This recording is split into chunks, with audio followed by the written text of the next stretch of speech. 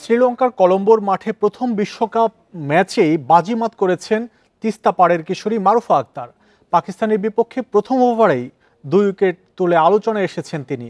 Inswing ম্যাজিকে মুগ্ধ cricket বিশ্ব, প্রশংসায় ভাসিয়েছেন কিংবদন্তি মালিঙ্গাও। জীবনের প্রথম বিশ্বকাপ ম্যাচ, তাও আবার পাকিস্তানের বিরুদ্ধে। প্রথম ওভারেই 2 উইকেট তুলে নিয়ে হইচই।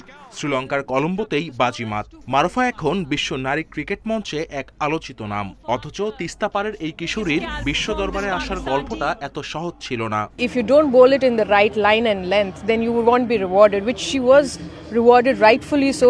2 big wickets back to back. মারুফার এমন ইনসুইং ম্যাজিক দেখে মুগ্ধ ক্রিকেট বিশেষজ্ঞরাও। কিংবদন্তি লঙ্কান পেসার লাথিস মালিঙ্গাও তাকে নিয়ে পোস্ট করেছেন, বলেছেন চলতি বিশ্বকাপের সেরা ডেলিভারি।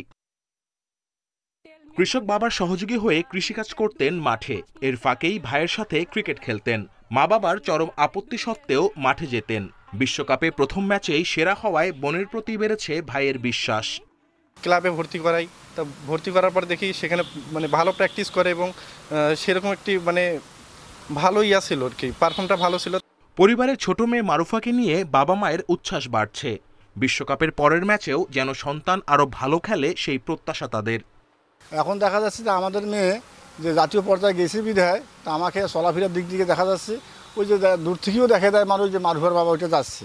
খেলতে গেলে আমাকে ফোন করে, আমার কাছে দোয়া চায়, আমি তা দোয়া দেই সে ভালোভাবে যেন খেলতে পারে।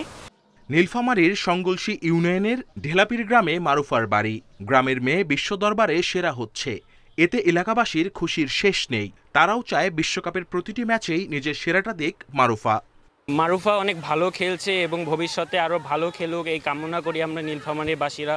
তার মধ্যে ইচ্ছা শক্তিগুলো যখন দেখা গেল যে সে খুব ভালো একটা ইচ্ছা ছিল, সেই ইচ্ছাই আজকে তাকে এই জায়গায় আনতে পারছে।